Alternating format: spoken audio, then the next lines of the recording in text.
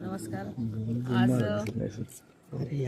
महाराष्ट्राचं मुख्यमंत्री आदरणीय आपल्या सर्वांचे श्रद्धास्थान यशवंतराव चव्हाणजी यांच्या जयंतीनिमित्त अभिवादन करण्यासाठी मी इथं आलेली आहे. आणि हे सगळं करत असताना मन माझं भरून येते.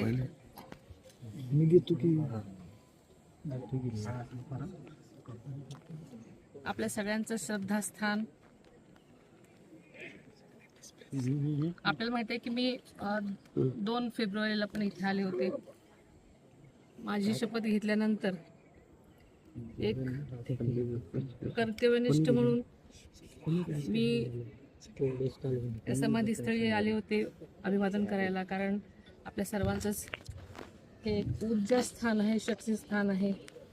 आणि आदरणीय दादांनी आदरणीय यशवंतराव चव्हाणांच्या विचारांचा वसा घेऊन आपली वाटचाल सुरू केलेली होती.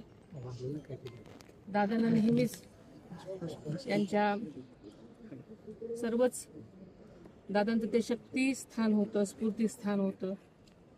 आणि त्यांच्या पावलावर पाऊल टाकून त्यांची वाटचाल केलेली होती. आणि मी सुद्धा याच पद्धतीने वाटचाल करण्याचा आपल्या सगळ्यांना मी शब्द देतो. आता काही वेळापूर्वीच